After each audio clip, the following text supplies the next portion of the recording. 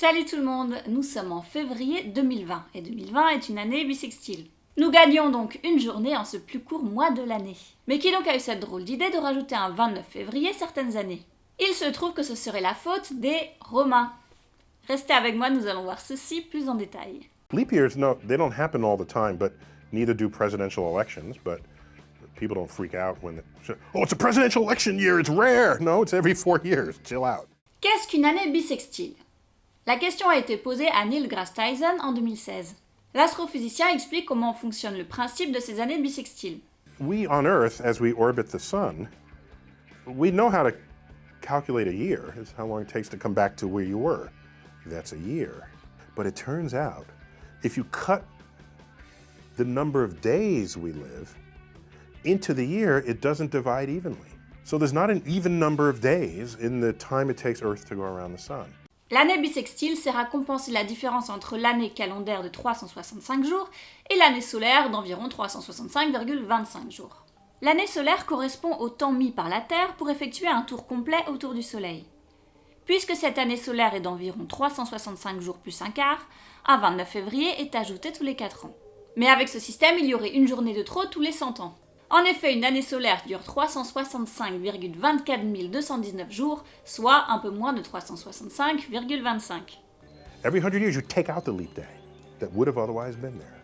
En effet, puisque 100 est divisible par 4, chaque 100 ans, nous enlevons le 29 février.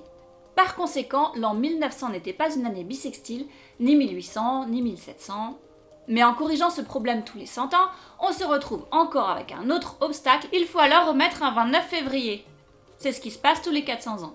L'an 2000 était une année de centenaire, donc elle ne devait normalement pas avoir de 29 février. Mais c'était également une année divisible par 400. Par conséquent, il fallait lui rajouter un 29 février. L'an 2000 était donc une année bissextile, non pas parce qu'elle était divisible par 4, mais parce qu'elle l'était par 400.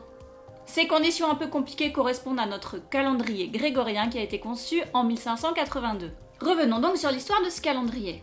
Les premiers Romains avaient un calendrier de 355 jours. Pour que les festivals se déroulent autour de la même saison tous les ans, un mois de 27 ou 28 jours était créé tous les 2 ans. Jules César décida de simplifier les choses et ajouta des jours à différents mois de l'année afin de créer un calendrier de 365 jours. En effet, lorsqu'il est arrivé au pouvoir, il avait passé beaucoup de temps en Égypte où les années étaient alors de 365 jours. Jusque-là, les Romains avaient un calendrier lunaire, c'est-à-dire basé sur les phases de la Lune. Jules César décida d'abandonner ce calendrier lunaire et d'instaurer un calendrier solaire faisant en sorte d'obtenir un total de 365 jours dans l'année. Les calculs réels ont été faits par son astronome appelé Sosygènes d'Alexandrie. Et puisqu'une année solaire fait un peu plus de 365 jours, il a rajouté une journée supplémentaire tous les 4 ans. Chaque 4e année était donc une année bissextile. Le nom bissextile vient de bis sextilis qui signifie second 6e jour. Le bissextilis venait s'ajouter après le 6e jour avant les calendes de Mars, ce qui correspond environ au moment de notre 29 février. Les 7e et 8e mois de l'année ont été renommés Julius en référence à Julius César, Jules César, et Augustus en référence à Augustus César, son successeur. Et ceci malgré le fait que le pape Grégoire XIII doive réajuster le calendrier 1500 ans plus tard. Le calendrier de Jules César est appelé le calendrier julien. Avec ce calendrier, les dates des saisons se décalaient d'environ 3 jours tous les 400 ans. En 1582, il se retrouvait ainsi décalé de 10 jours par rapport au Soleil. Le pape Grégoire XIII décida qu'il était temps de le réformer.